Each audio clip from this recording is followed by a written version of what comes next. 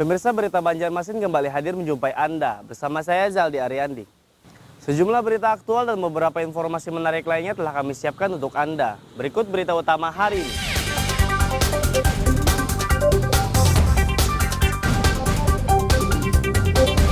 ...94 nasabah Bank Kalsel kena skimming dengan kerugian 1,9 miliar rupiah.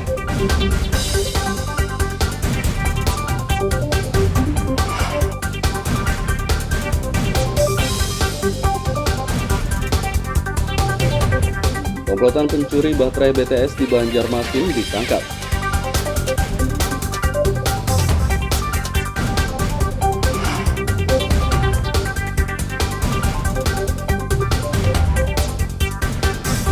Warga Banjarmasin keberatan atas kenaikan tarif distribusi air bersih.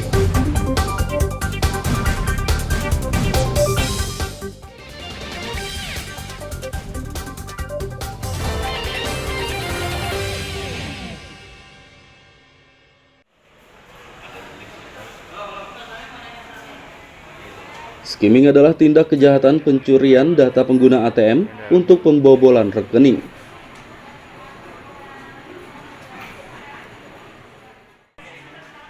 Skimming dialami oleh puluhan nasabah Bank Kalsel dalam beberapa hari belakangan, sehingga saldo di rekening mereka hilang. Dirut Bank Kalsel Hanawijaya mengatakan, ada 94 nasabah yang terverifikasi terkena skimming dengan total kerugian 1,9 miliar rupiah. Ia memastikan kehilangan saldo rekening nasabah yang terkena skimming bakal diganti 100%. Kabid Humas Polda Kalsel Kombes Pol Mohrifai mengatakan, Bank Kalsel telah melaporkan skimming yang dialami 94 nasabahnya dan kasus ini telah masuk ke tahap penyidikan.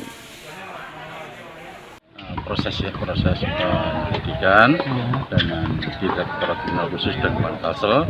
Nanti update daripada kasus ini nanti kita akan sampaikan lagi ya.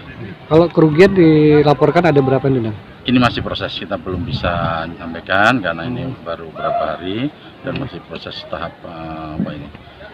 penyelidikan dan proses tahap mencari proses kejadian ini maupun korban-korbannya ya. Untuk mencegah skimming, nasabah Bank Kalsel diimbau menjaga kerahasiaan data, mengganti PIN ATM secara berkala, dan menggunakan layanan tarik tunai tanpa kartu yang dapat diakses melalui mobile banking. Dari Banjarmasin, Lutfi Darlan dan Hafiz Araman melaporkan.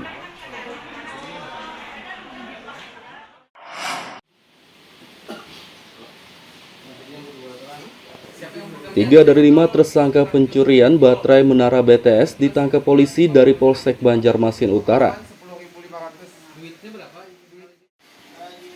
3 tersangka yang ditangkap berinisial RO, MW, dan HN. Sedangkan 2 tersangka yang masih buron berinisial S dan S.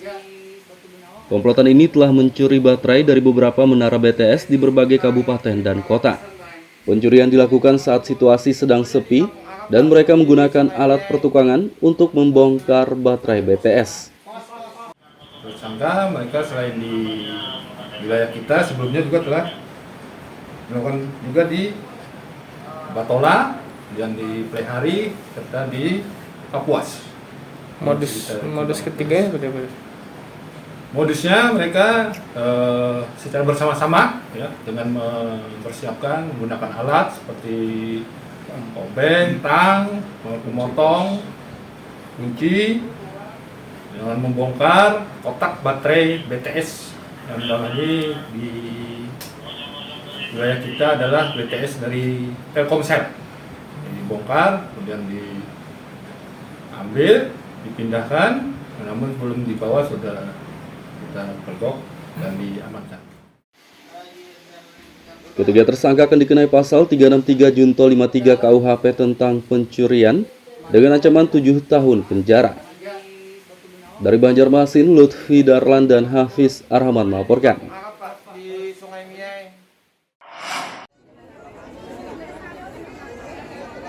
Rombongan jemaah haji asal kota Banjarmasin pulang. 165 jemaah haji yang tergabung dalam kloter 7 tiba di Masjid Jami, kawasan Sungai Jingah, Banjarmasin Utara, Selasa sore. Kepulangan mereka disambut keluarga dan pemerintah setempat. Wali Kota Ibnu Sina berharap kuota haji tahun depan ditambah agar jumlah jemaah haji yang berangkat lebih banyak. Jamaah kloter Banjarmasin yang terakhir kloter 7 lengkap berangkat dalam keadaan selamat, bisa beribadah dengan khusyuk. Kemudian semoga menjadi haji yang mabrur dan kembali juga lengkap semua, alhamdulillah. Tentu keluarga sangat berbahagia. Kami juga atas nama pemerintah kota ucap terima kasih atas semua doa-doaan dan mohon maaf kalau dalam selama penyelenggaraan ibadah haji tahun ini terdapat kekurangan. Mudah-mudahan menjadi perbaikan kita di kemudian hari, dan insya Allah mudah-mudahan tahun depan kuota haji juga ditambah sehingga daftar haji, daftar tunggu yang sudah 35 tahun masalah 35 tahun ini bisa semakin banyak kuotanya dan bisa mengurangi. Paling tidak jamaah haji tahun depan kita tetap bisa melaksanakan, dan mudah-mudahan yang dipanggil Allah Subhanahu wa taala dalam keadaan sehat sehingga bisa menunaikan ibadah haji dengan baik. Daftar tunggu haji Kalsel mencapai 131.000 orang dengan antrean berangkat selama 36 tahun. Dari Banjarmasin, Lutfi Darlan dan Huda El melaporkan.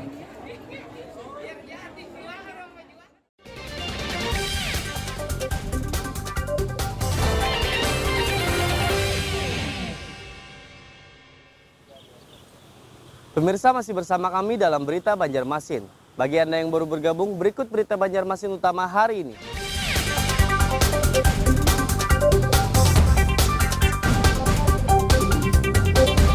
...94 nasabah Bank Kalsel kena skimming dengan kerugian 1,9 miliar rupiah.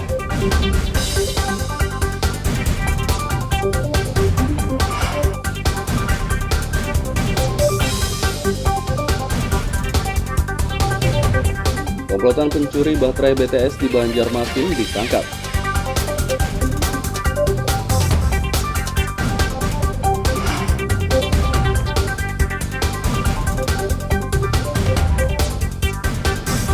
Warga Banjarmasin keberatan atas kenaikan tarif distribusi air bersih.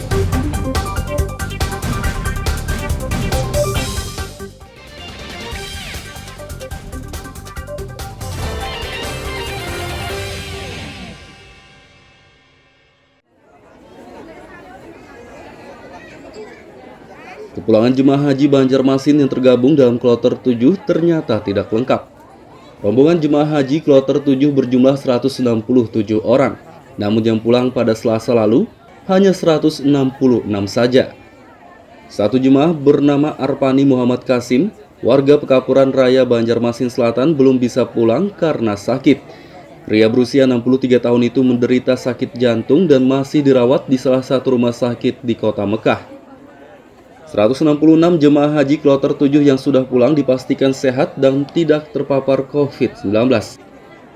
Kemarin tim kita di Dinas Kesehatan itu kan sesuai dengan kerjasama dengan Kemenak, Dinkes Provinsi, kita melaksanakan swab antigen, ya. Dan alhamdulillah jemaah kota Banjarmasin semua negatif. Jadi kembali ke keluarga masing-masing dengan aman dan terkendali. Oh, itu yang ditinggal di sana. Iya. Nah, itu yang ditinggal. Itu kan ditinggal di King Aziz kan, di Mekah kan. Yaitu nanti kan satu aja itu Kemenak itu domainnya di Kemenak.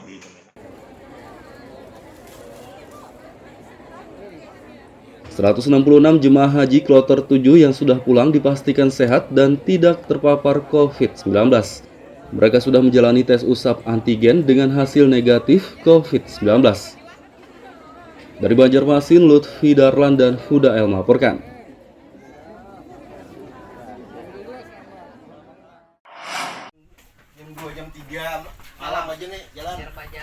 Tarif distribusi air bersih di kota Banjarmasin bakal naik. PT AM Banjarmasin memberlakukan kenaikan 10% untuk pelanggan kelompok 1, 2, dan 3. Sebagian warga di kota Seribu Sungai ini merasa keberatan atas kenaikan tarif tersebut. Salah satunya Samsuni. Menurutnya kenaikan tarif memberatkan, terlebih lagi perekonomian saat ini sedang sulit. Meski demikian, ia terpaksa pasrah dan tidak dapat berbuat apa-apa jika memang kenaikan tarif harus diberlakukan. Memberatkan pelanggan istilahnya tuh ya kalau. Setahu pian berapa kenaikan jadi man? Sokopika tadi jar? Berapa sekarang? 100 rupiah? Oh, iya. 100 rupiah ya? 100 rupiah tuh kali berapa sudah kan banyak juga kan keberatan juga istilahnya ya kalau. Biasanya pian bayar per bulan berapa paman? Kami sekitar 150-an. Sebulannya lah? Nah dengan adanya kenaikan ini pian harapannya apa man? Agar pihak PTM mengupayakan tarus ke banyak mengalir tarus ke? Kalau dinaikkan juga kita kada terpaksain soalnya supaya jangan ada kemacetan toh kan, jangan ada yang apanya jangan ada yang macet aja, lancar aja lah istilahnya ya tuh. Menyada kenaikannya lah. Harus ditingkatkan tuh istilahnya kan. Warga lainnya Kamayel juga merasa keberatan atas kenaikan tarif yang bakal diberlakukan tersebut. Menurutnya pelayanan PTHM selama ini belum maksimal dan distribusi air sering terhenti. Saya memberatkan sih karena selama ini pelayanannya saja belum maksimal. Nah, di tempat saya saja air kalau tidak pakai mesin itu biasanya tidak bisa mengalir, apalagi di jam-jam sibuk seperti pagi dan sore hari. Untuk pembayaran per bulan sendiri berapa bayar? Biasanya lebih dari 100.000, antara 120 sampai 145.000. Jadi harapannya PTM ini gimana adanya kenaikan tarif ini? Harapan saya sih kalau bisa diperbaiki dulu pelayanan kepada masyarakat. Kalau sudah baik, saya rasa tidak jadi masalah kalau ingin menaikkan harga. Warga menuntut PTHM meningkatkan layanan untuk kelancaran distribusi air bersih. Dari Banjarmasin, Lutfi Darlan dan Huda El melaporkan.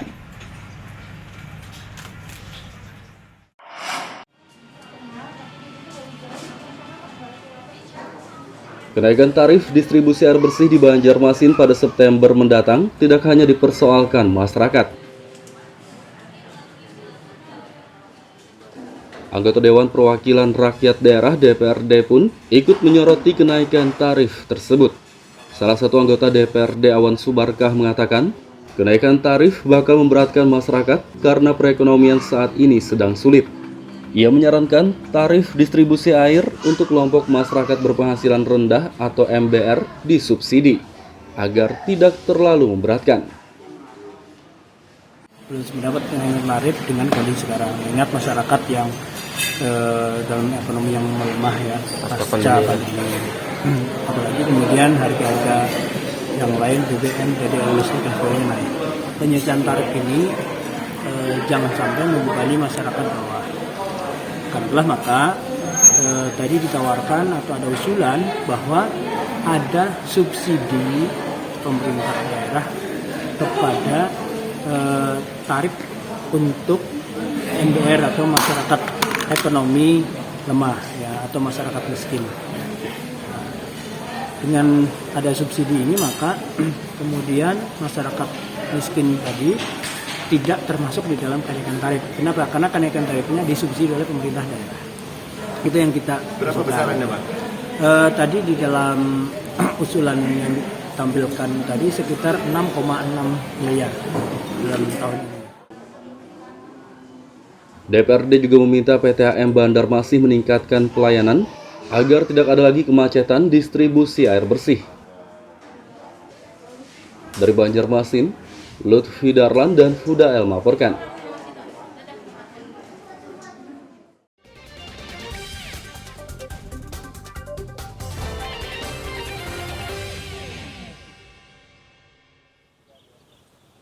Pemirsa masih bersama kami dalam Berita Banjarmasin. Bagi Anda yang baru bergabung, berikut Berita Banjarmasin utama hari ini.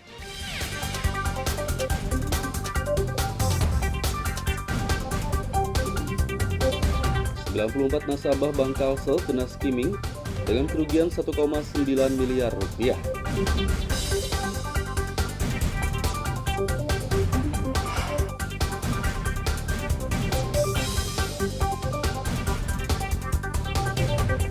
Komplotan pencuri baterai BTS di Banjarmasin ditangkap.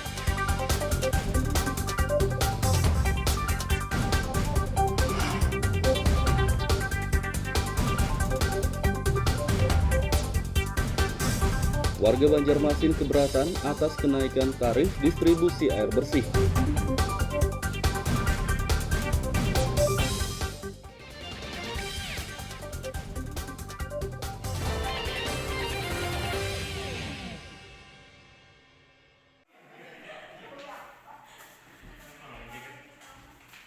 Kasus demam berdarah dengue atau DBD marak terjadi di Banjarmasin belakangan ini.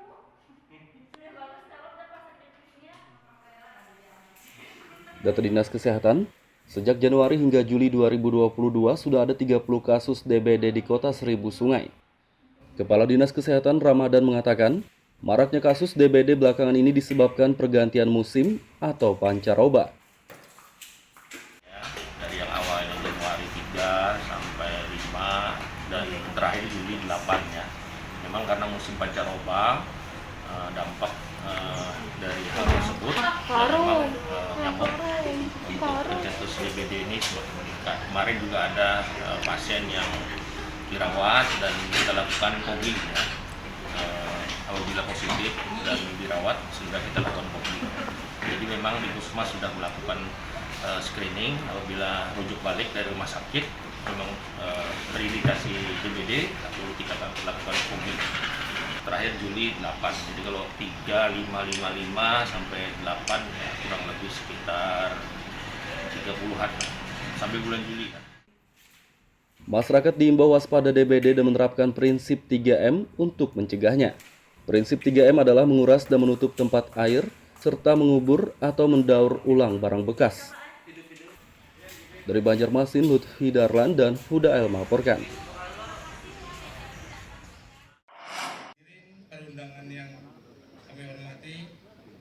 Pembangunan gedung baru Dewan Perwakilan Rakyat Daerah DPRD Banjarmasin dimulai. Pembangunan gedung DPRD di kawasan Lambu Mangkurat, Banjarmasin Tengah dimulai pada Selasa lalu. Wali Kota Ibnu Sina mengatakan pembangunan gedung baru untuk wakil rakyat telah direncanakan sejak tahun 2015 lalu, namun baru terrealisasi tahun ini. Dewan supaya pelayanan publik bisa maksimal, karena ruangan fraksi komisi itu kan sudah berdempet-dempet.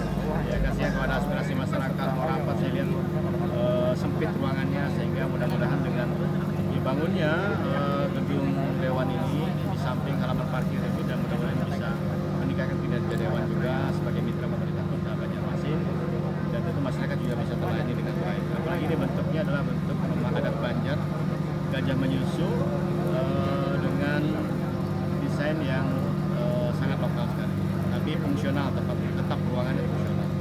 Mudah-mudahan bisa lancar pembangunannya, mohon doanya tidak ada kendala sehingga ini bisa berjalan dengan baik dan lancar. Ketua DPRD Heri Wijaya berharap gedung baru dapat meningkatkan kinerja seluruh legislator dalam mengemban amanah dan memperjuangkan aspirasi masyarakat.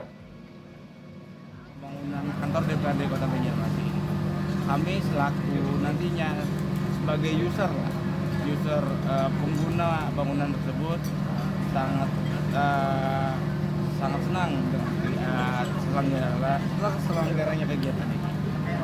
Mudah-mudahan dengan anggaran yang tersedia dan dengan proses yang memang benar-benar terbuka, kita jangan sampai ada ditemukan permasalahan nantinya. Baik. Gedung baru DPRD dibangun secara bertahap karena kontraknya multi-years. Total anggarannya 40 miliar rupiah. Dari Banjarmasin, Lutfi Darlan dan Zoanda Adriani melaporkan.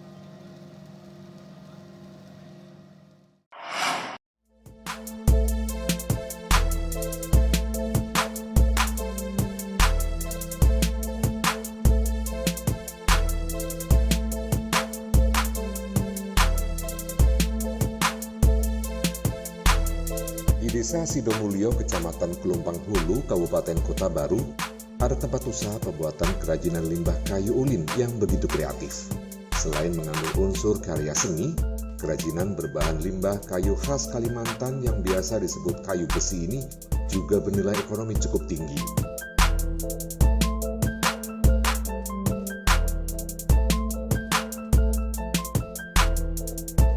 Usaha kerajinan limbah kayu ulin ini dimiliki oleh Muhammad Zulfikri.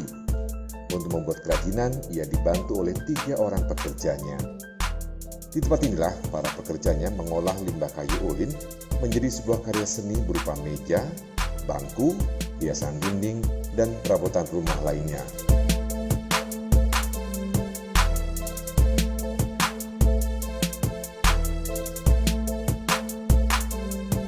Meski hanya dibuat dari limbah dan berbentuk tidak beraturan, hasil kerajinan yang dibuatnya cukup unik dan menarik serta bernilai ekonomi cukup tinggi.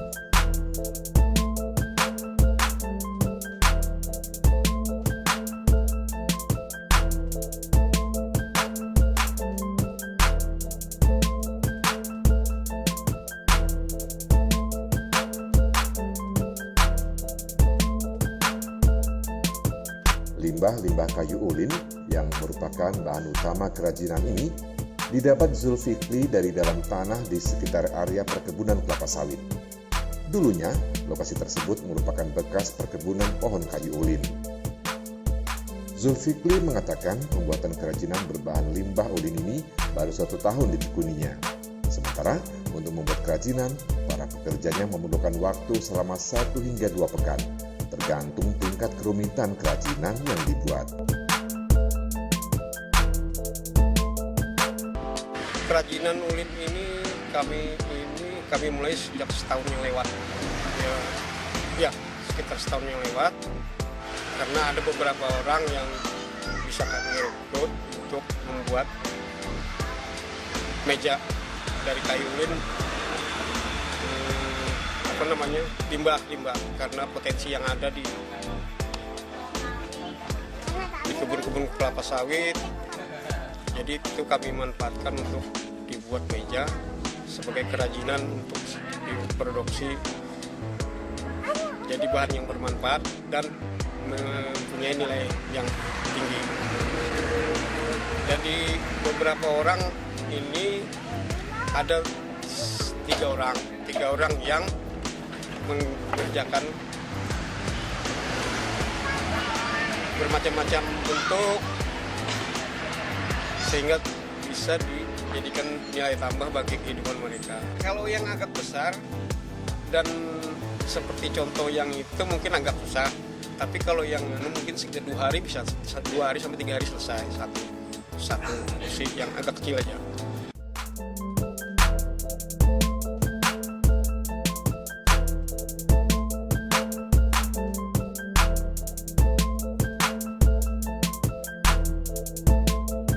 Meski kerajinan ini hanya terbuat dari limbah kayu ulin, harganya cukup tinggi, yakni berkisar antara 2 juta rupiah hingga puluhan juta rupiah.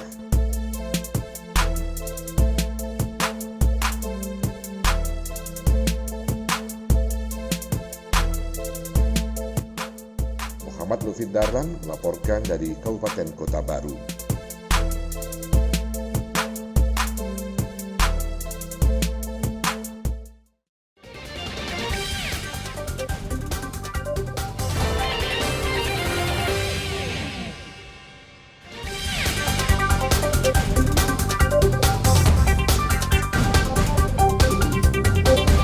...94 nasabah Bank Kalsel kena skimming dengan kerugian 1,9 miliar rupiah.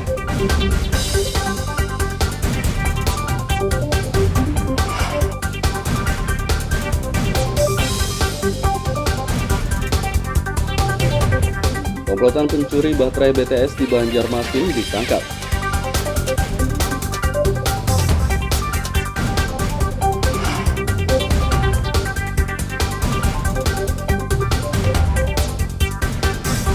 Warga Banjarmasin keberatan atas kenaikan tarif distribusi air bersih.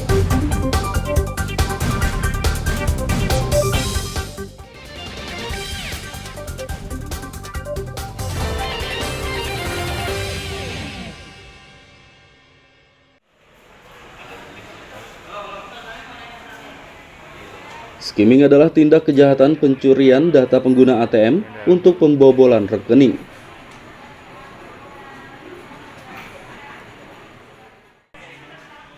Skimming dialami oleh puluhan nasabah Bank Kalsel dalam beberapa hari belakangan, sehingga saldo di rekening mereka hilang. Dirut Bank Kalsel Hanawijaya mengatakan, ada 94 nasabah yang terverifikasi terkena skimming dengan total kerugian 1,9 miliar rupiah. Ia memastikan kehilangan saldo rekening nasabah yang terkena skimming bakal diganti 100%. Kabid Humas Polda Kalsel Kombes Pol Mohrifai mengatakan, Bank Kalsel telah melaporkan skimming yang dialami 94 nasabahnya dan kasus ini telah masuk ke tahap penyidikan. Proses penyelidikan dengan Direktorat Kriminal Khusus dan Bank Kalsel. Nanti update daripada kasus ini nanti kita akan sampaikan lagi ya.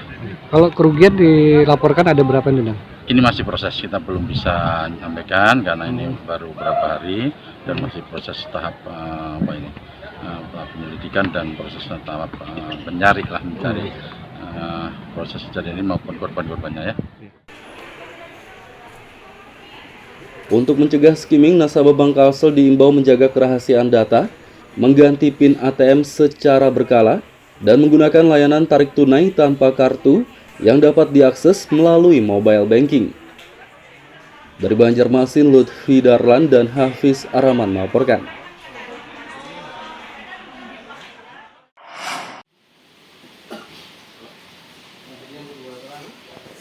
3 dari 5 tersangka pencurian baterai menara BTS ditangkap polisi dari Polsek Banjarmasin Utara.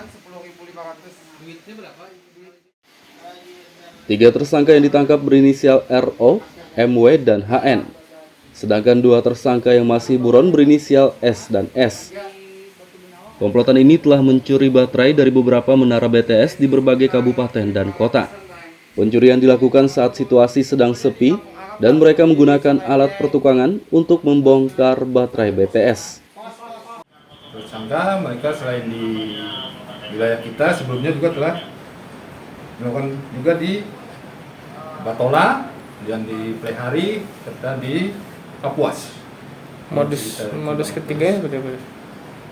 Modusnya mereka secara bersama-sama ya, dengan mempersiapkan menggunakan alat seperti obeng, tang, memotong, kunci, dengan membongkar kotak baterai BTS yang dalamnya di wilayah kita adalah BTS dari Telkomsel. Dibongkar, kemudian diambil, dipindahkan, namun belum dibawa sudah kita pergok dan diamankan. Ketiga tersangka akan dikenai pasal 363 Junto 53 KUHP tentang pencurian dengan ancaman 7 tahun penjara. Dari Banjarmasin, Lutfi Darlan dan Hafiz Arhaman melaporkan.